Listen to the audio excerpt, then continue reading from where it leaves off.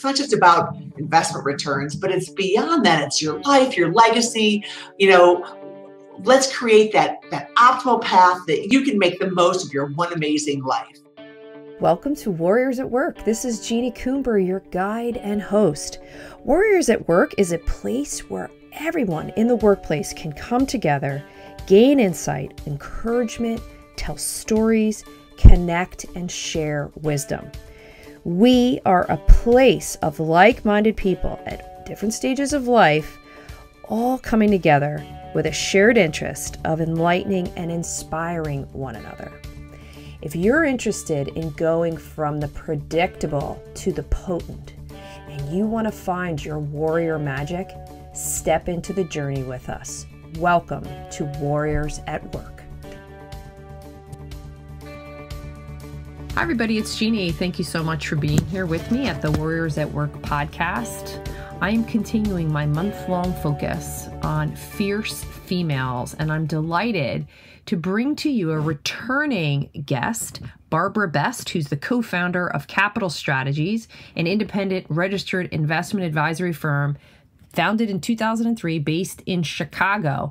And we're talking about money and power and purpose and your why, and how she brings such a unique perspective to the whole money conversation.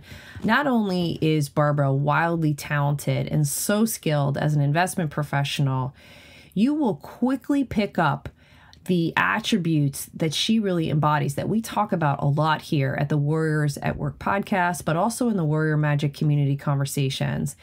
She is generous. She is heart-centered. She is service-minded. She's community-oriented. And she has built a wildly successful business as well as a network for over 4,000 women based around empowering others. I am thrilled to bring to you this conversation. Welcome, everyone, to Warriors at Work. This is Jeannie Coomber, your guide and host on this journey. We continue a month-long focus on fierce females, and I am so psyched to have Barbara Best with me here today. So, Barbara, thank you so much for being here. Oh, my pleasure, Jeannie. Thank you so much for letting me have the opportunity to have another conversation with you. Yes, Barbara was a guest when I first started getting into podcasts about 2 years ago, and I was thrilled that we stayed in contact and was able to circle back and have even a bigger conversation about who you are in the world. I cannot wait to get into this because not only are you such a powerful human being, you're wildly successful as the founder of an investment advisory firm. You do so much for empowerment of women. You're very service-minded. And I want to break down some of those things and then get into the money, power, and purpose, which is a key theme that you are on the stage talking about nationally on a regular basis. So let's first start with, why did you start an investment advisory firm in 2003? Tell us the story. Sure. Well, I had already been in an organization for another organization for 19 years, and their culture was really to sell a product and to kind of fit it into a solution to meet a client's needs versus, identify what's really best for this client and then create that need, I really was tired of selling stuff and not just really talking to somebody to talk about, okay, what is it that you're trying to accomplish? Let's make that happen. And so we also saw, that we wanted to be in an environment that defines success more broadly beyond just investments, right? So obviously your investment performance when you're an investment advisor is super important. But if you take a needs-based versus a product-driven approach, there's so much more to success than purely just the financial and investment outcome. It's not just about picking investments.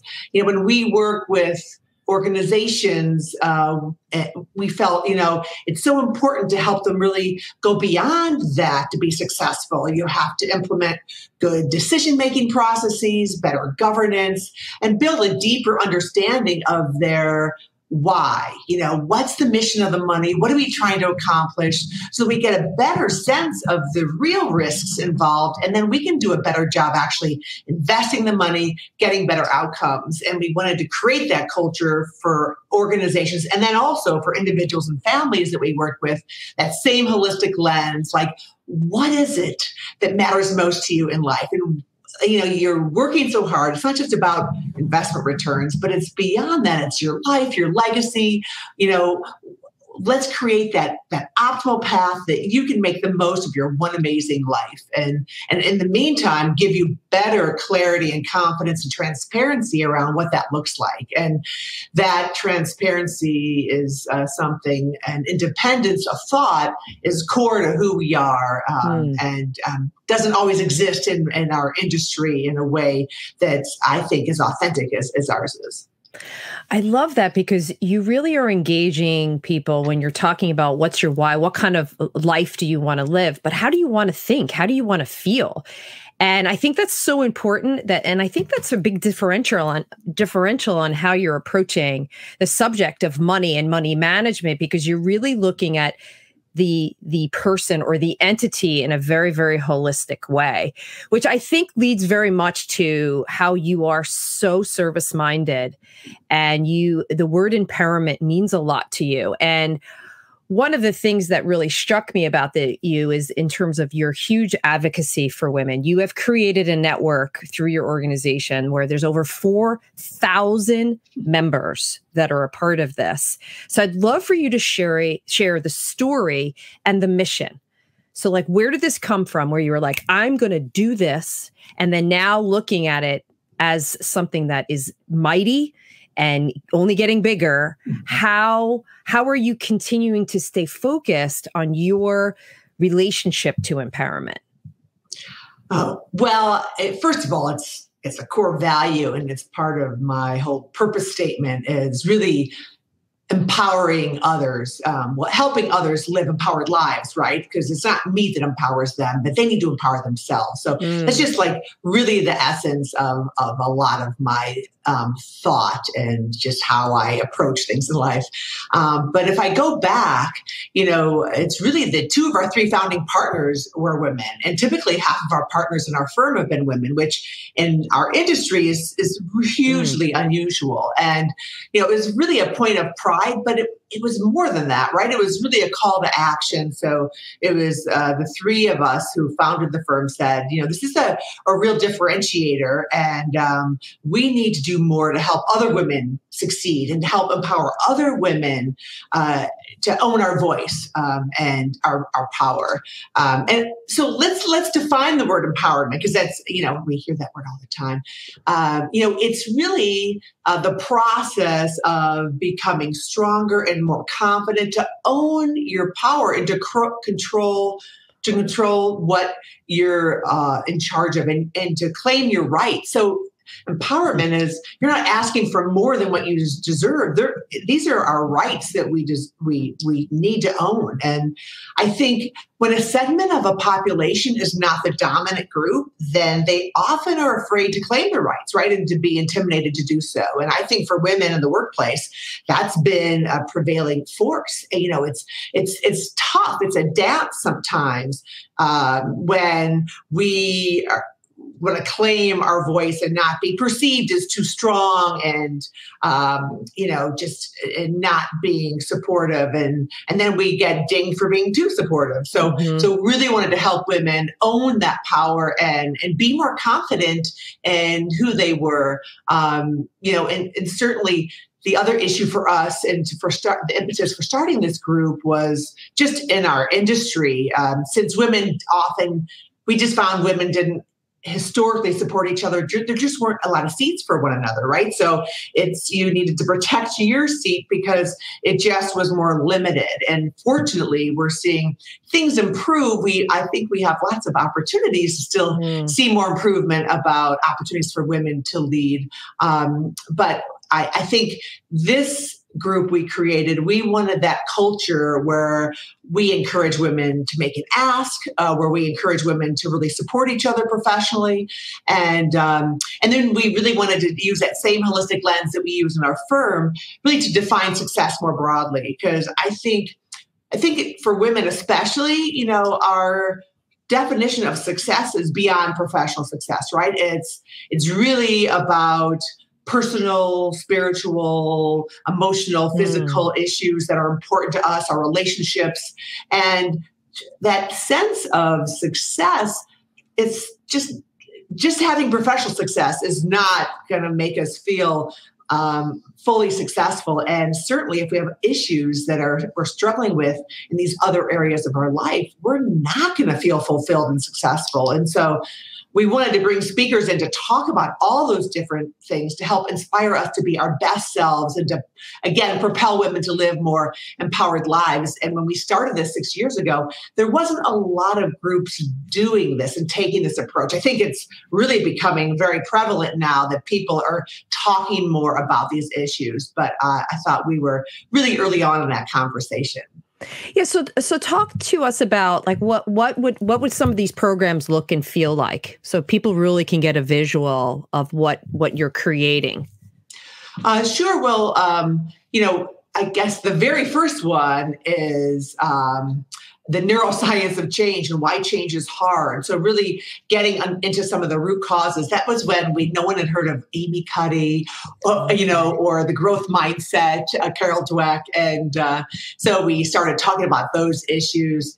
We had actually a woman who's a leading researcher in physical therapy and a nutritionist talk about the impact that what you eat and how you move has on pain management and performance. We had lead cardiologists in our one of our top hospitals here in Chicago talk about stress management. We had mindfulness experts come in. We had nutritionists, meditation people. We have an annual program on empowering women financially because the mission of the forum is to support the personal, professional, and financial success of women and to really help women really own their voice from a financial perspective as well. So we continually evolve that message and content as well. And what's your vision for it? What do you see it becoming? Well, okay, so the silver lining of the pandemic is, we've gone virtual, right? So this was within our geographic footprint, Chicago area. We have an office in South Florida. So now we have this virtual platform. What was really also important to us, at first we thought, should we just limit this to more executive women or a certain level? And we thought, no, what the real beauty of this, we need to lead by example and pay it forward. That's a big theme in what we do. And so we have, women in all levels of the organization, from emerging professionals through retired professionals in all industries and all roles in all industries and all functions. So that dynamic has really helped create an element of diversity as well as, racial and ethnic diversity too. So, now we have these programs that are available. We have women dialing in from Europe and Canada and all over the country. And so our vision really is to continue that virtual presence and to continue to evolve that. I think we've been a little frustrated in our pandemic world in that concept of networking has been a little tough. Yeah. So that you get on a Zoom event with 100 people, well, you're not really having those smaller one-on-one wonderful experiences you had at our in-person programs. So now we're mixing in some opportunities to use those breakout rooms and to connect on a smaller basis. But I think what helps us is that we really go deep into help women be more vulnerable when we are together. And I think that helps to create greater connection when we do connect. And so that virtual element will always be really important. We'll get back in person at some level, but, I'm just not sure what that looks like yet. Right. I'd love to go back into kind of the becoming of Barbara Best. Where does your service mentality come from? Because I was reflecting on something you'd shared with me, and that the Rotary is honoring you with 2 other women for Women of the Year because of your service commitment. So I'm just curious, like, take us back. Where does that come from? Were you surrounded by role models who really believed in this? Or is this just something that you feel is innate within you? Well, yeah, it's funny. I listened to our first podcast and we talked about this a bit because it really comes originally from my mother. We were in service, one of 8 kids, and, being of service was just how we lived our lives. I mean, that was what we were told, that our job is to make the most of our talents and to share them with the world. And really, we all are committed to service. And it's also part of I am all about creating community. And I think that just goes hand in hand with creating community. And my core belief, if you put good out, it comes back to you. Yeah.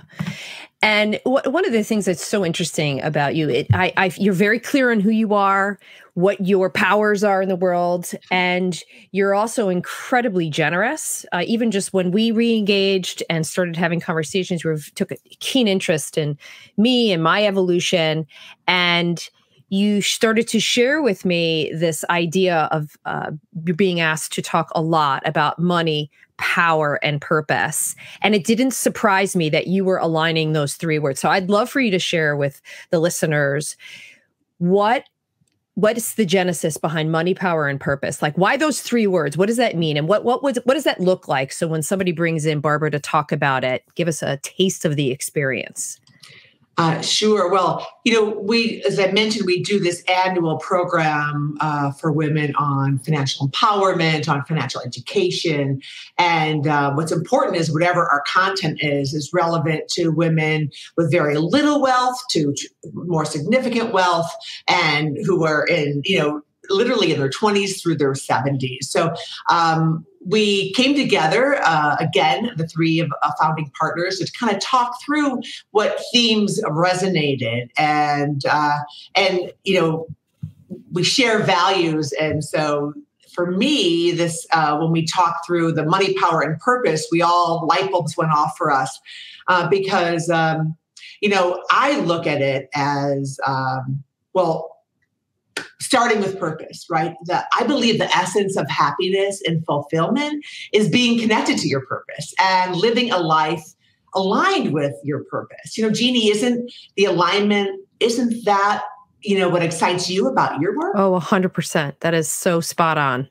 Right. And if you've been in the past, if you found yourself doing something and the drudgery of working, and it's like, what am I doing and why? Yep.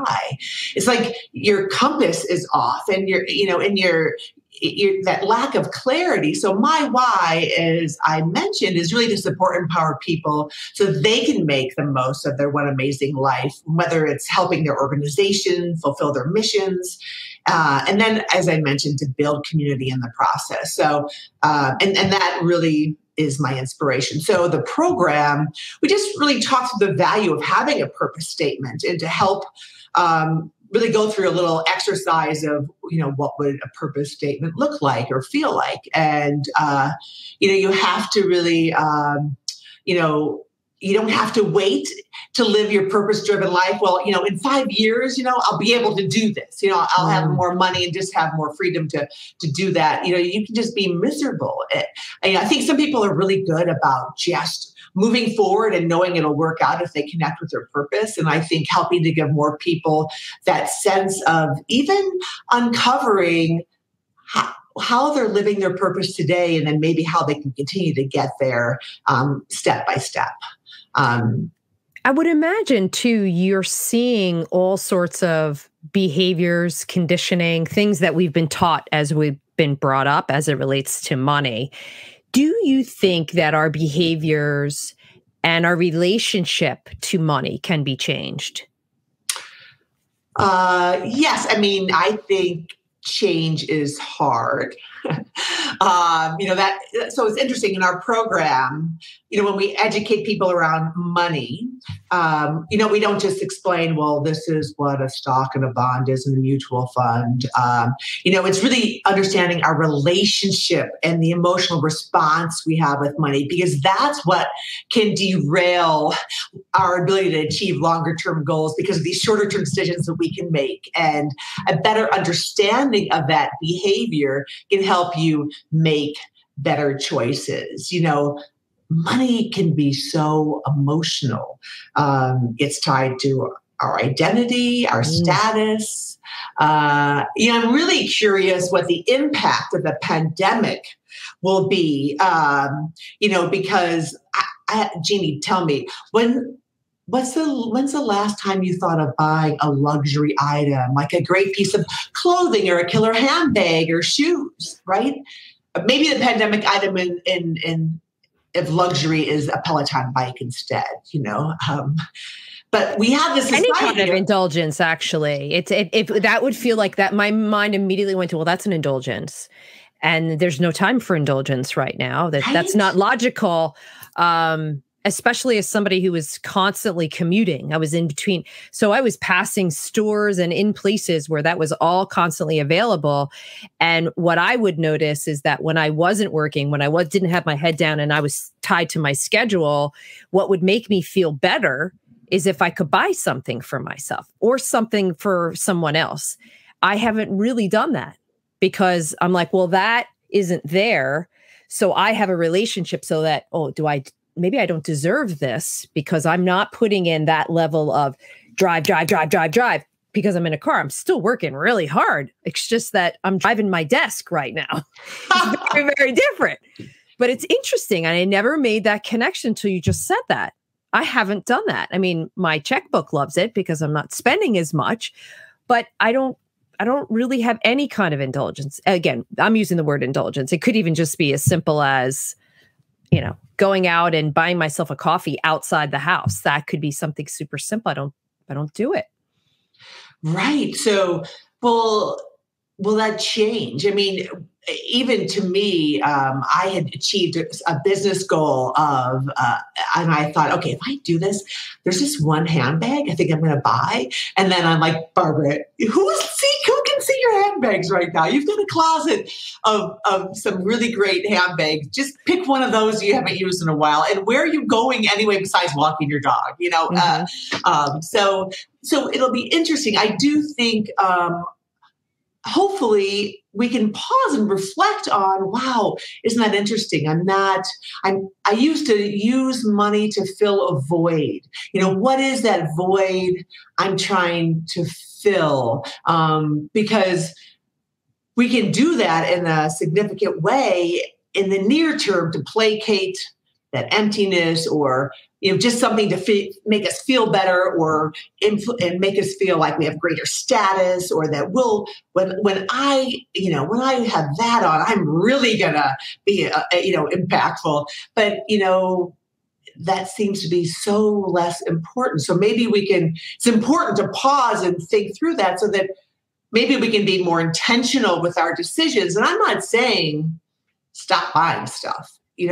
At the end of the day, all that matters is whatever drives your actions supports your goals versus derails them, right? That's what matters most.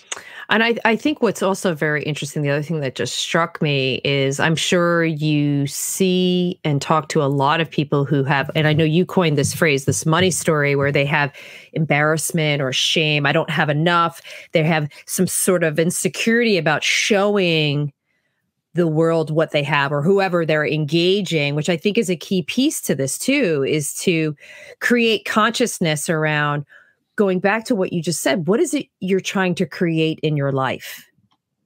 What are the behaviors? What are the actions and things that you're doing to manifest that life you're trying to create?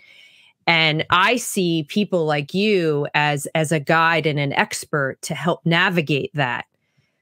And offer your wisdom and advice and counsel around, here's what I've seen works really well. And I can feel it even how you're approaching this subject is incredibly customized to each person's money experience. Well, so it's interesting. I don't think I can take credit for coining it, the money story, but the family money story. I was in conversation with someone they were talking about how that whole concept, and we really have expanded it and talked about it, and we included in our program. I have one of these great old photos of me as a kid, with the whole family here, because. It was such an aha moment for me when I dug into my family money story. I really wasn't aware of the impact it had on my behavior. We didn't really have a lot of big needs that weren't being met. Well, emotional needs maybe, but that's a different conversation when you're one of 8. We always kind of were able to have things that we needed, but I wasn't aware of a budget. I certainly learned at an early age to hide the shopping bags from Dad when he got home, that would stress him out. And my parents never talked about money, and I adopted those same behaviors. I experienced financial infidelity in my first marriage. I wonder why we never talked about it. And the first time we did this program, I went home and talked to my partner about my money story. I'd never really talked to someone who I was in a partnership with, and he shared his, and it so helped me have a better understanding of him, and it's helped us have more productive, effective conversations. In our last podcast, we talked about money silence, and that's that shame sometimes about, I can't believe I've made those mistakes, and we've just got to move forward. All we can do is focus on what we can control going forward, right? And we need to maybe understand is some of what happened, impacting us in a negative way, and so, like you said, in terms of how we approach this, when we talk to people, there was this couple, especially during the pandemic or during times of fear. I think sometimes when we're in a tough situation, those really core, old, ingrained messaging and behaviors can come out, right, from early on, because we revert back to some of those old patterns that, again, we consciously might not be aware of. And there was a couple that had, had come in and they'd had a windfall of money, and they were interviewing a lot of people, and this is pre-pandemic, and they said, we really want to work with you because of the approach that you take, and I was really excited about that. And then I couldn't reach them during the pandemic. Like, the husband wouldn't return my call. I'm like, they must have just picked one of the other folks, darn it. I really thought, we were going to work well. And then, but I am involved in another organization with his wife, and she said, oh no, we want to work with you. And I'm like, well, what's going on? And then eventually I'd reach out, I'd send some of our videos and just check in, here's some information, ideas I have to help you during the pandemic. And they're clients, but he admitted, and I learned their money story. So he grew up, with such a mindset of scarcity. He was from the East Coast in a rural farming family, and they were told that they had nothing and they were almost like worth nothing, like this whole scarcity. And then his spouse grew up with this complete abundance mindset, like that they just had this richness in their family, Midwestern, good family. And, but they had about the same amount of money. I mean, she didn't realize until later that they really didn't have a whole lot of money. But so she approaches things with this abundance and growth mindset, and he's just stuck in holding on to this money because he's so afraid. And so we've really worked with them. And the big thing was they didn't have a plan. There was too much uncertainty. And so we've helped them eliminate the uncertainty to figure out, so what is it you guys want to do together? What's your future vision of what you want to do? And let's make that happen. And when you can get rid of that uncertainty and create more clarity and confidence, then you can remove some of those fears. And I think that can help you get rid of those old behaviors because they're just so irrational. I mean, because it's just emotion, right? Yeah. And it's past trying to inform current. Yes. And that isn't always true. We'll create a whole narrative around that. And I think what you just said, I have to believe so many people that are watching and listening that might be in the middle of their own sort of financial challenge right now, whether you're a business owner or you're an executive responsible for a P&L, or you're just an individual person who's looking at their finances, given the last year that we've just gone through. I think it's really important what you just said. I think there's a sort of an acknowledgement. And what I'd love to do is ask you from like sort of a tactical, where would somebody begin? So somebody's sitting with this and they just heard you and they go, yeah, I need to look at this. I need to acknowledge this. Where would someone begin? Well, I think you need to have really a financial and a life plan. I mean, I think that's where the some of that uncertainty stems. I mean, you must find it in your coaching business that sometimes people, they're in transition or they're not sure what's next. And it's like, I have one more in me. I'm not sure. I think sometimes people, they have an impression of, oh, I'm not where I need to be financially, but they're really just not sure what that is. So if you take a step back and the whole planning process, I mean, even if you have a lot of wealth, you still need to figure out what's maybe more your legacy planning, because you have a lot of capacity, but some type of plan helps you at least create some direction of how to use those resources more effectively, right? But in the financial planning process, that process is really like, okay, what is my future vision of my life? What do I want to do? Like, I'm working so hard. I have these dreams. I've got this one life. How do I make it amazing? So let's talk about that vision, whether it's with an individual or a couple, to kind of talk through that. And then we talk about, so let's look at what you've done so far, what you've built, and we've got what you're trying to accomplish. And so how do we bring those paths together financially and in terms of also in your life experience?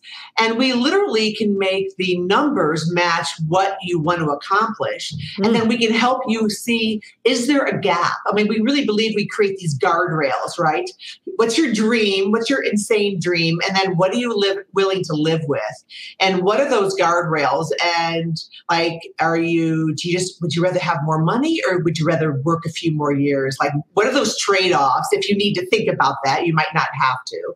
And then once we've got that kind of, okay, based on, this planning software and these tools we have, this is the path, this is what we need to do. Let's do it together. And then we help hold them accountable because, everyone can have great intentions about, I can do this. And then, you get derailed a little. So we monitor like, okay, are we still on track? Or we still have enough probability of success? Are we on track to make this happen? And they can see from, as we monitor the plan, yep, still on track, even when there's gyrations in the market, which can again have you make some decisions to jump out of the market because I don't want to lose any more money. But, that can derail your success because no one can time the market, right? So all that matters at the end of the day, really, are we on track? Are we still within the guardrails? And then they hold us accountable for how we're supporting them, and we hold them accountable. So it's just this kind of marriage of accountability. I think that's key. You're almost like a Sherpa. We're going to get up the summit and I'm going to guide you, or like a shepherd. Okay, remember we said we were going to do this. Let's go back over here. I love that. I was getting this vision like somebody trying to climb a mountain. I love that. What I'd love to do is let's talk about you as an individual. One of the things that I always like to do is to get more into the personal experience of all of the guests here. And obviously a big thing that I talk about is this notion of we're all on our own journey. We all have things we're working on. We all have struggles. So when you think about your life, and maybe you can think about it through the lens of the last year, or you want to zoom out over your whole kind of experience, what is your warrior journey? What are you looking to create more of? And what are you still struggling with? My warrior journey, and we've talked about this a little here already, is really to build authentic and supportive communities. Really, because we all deserve to experience joy in life, right? And we need to make the most we can with this amazing life that we have, and really kind of that whole carpe diem mindset, right? And I think this past year has been a catalyst for me. I mentioned before, I'm a big silver lining person. This pandemic's been filled with a lot of them. The virtual expansion of the Women's Forum, really taking what we were doing in local markets and really building it out and opening it to women really globally. We don't have a huge global footprint, but getting the message out and sharing some of this wonderful content, which is mostly content that is offered through women speakers. We have a few men that we invite in as well, but really mostly women speakers, because it's just creating an ecosystem. And then launching this our website, Capstrat Women's Forum website, so that it's accessible. When we do an event, we build a blog with a recap and have the Zoom link, and so people can watch it 24/7 whenever it's convenient for them to do so. So that's exciting to me on my warrior journey, to continue that. My struggles, part of my struggle is like this continual process improvement mindset. I need to set better boundaries of work and personal time. I talk about self-care, and I try to practice some of it, but setting those boundaries is a struggle for me, partly because I love what I do, but I really, I also need to, take a break from my work. Doesn't feel like work, but because of my passion for it. But I do, I think literally my body's breaking down from not moving as much because I'm at the desk, even if I can stand or sit. And now I've decided I'm going to get a treadmill. That's going to help me. So we'll see if I think it's in my inbox and on Amazon. I'll see if I pull the trigger. And then hand in hand with this is letting go of this notion that I'm not enough. I think too often about what I haven't accomplished yet. But I need to just know that who I am and what I'm doing is enough. And just pause every now and then. I love that. So here's my last question. What's your warrior magic? I think it's my ability to build community and be a connector. I don't see things in silos. I see this web, which can be super frustrating for some people because I can get distracted easily, right? Like, oh my God, that fits right in here. Oh, when I met you, you need to talk to this person. This fits so well because I just see connections and how things interrelate. And so when I'm in conversations with people, I listen, to what their needs or what they're expressing, and I can identify these contacts or resources that can help them. And I really try to be as supportive as possible to clients. I think of, it's not just about managing their money. I just heard what they said about their child or college needs. So let's connect them here. And I think I do this very authentically and try to just stay true to my purpose. And it's just so fulfilling to me. To do it that way. I think my life is a gift, my privilege is a gift, and that I need to share it with others, that service mindset we talked about, to help them experience and have that fulfilling life. And that's what drives my actions. So I think that's my magic.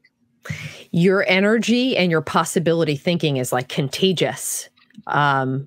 I'm so grateful that you took the time to be in this conversation with me and share with all of my listeners who you are and what you're serving up to the world. So, Barbara, thank you so much. I really appreciate it. Oh, Jeannie, I thank you. This has been another great conversation with you. And thank you for all that you're doing. I love your Warriors at Work. It's a great theme, and your service is wonderful to so many people as well. Thank you. Thanks to everybody for listening to another episode of Warriors at Work and letting us be a part of your warrior journey. You can ask questions and make suggestions for future topics at jc@jeanniecoomber.com. Connect with me personally on LinkedIn and Instagram, and join us on the Warrior Conversations channel on YouTube and at the Warrior Magic Community page on Facebook. You can find links to all these places on my website, jeanniecoomber.com, and most importantly, be sure to tell friends about us, subscribe, rate, and review us on iTunes, Spreaker, and Spotify. It helps others find the show and puts more warrior magic out into the world.